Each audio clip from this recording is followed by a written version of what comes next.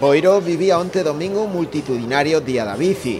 Na actividade organizada dende o Concello en colaboración co Club Ciclista Barbanza, tomaron parte ao redor dun millar de persoas.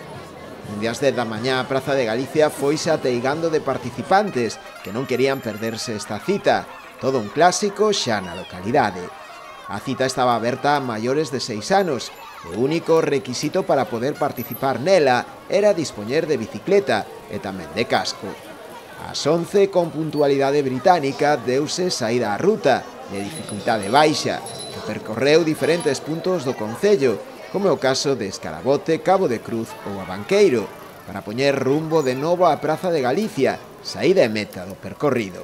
O obxectivo da actividade non era competitivo, máis ben disfrutar dunha xornada de convivencia e bo ambiente entre todos os amantes das dúas rodas.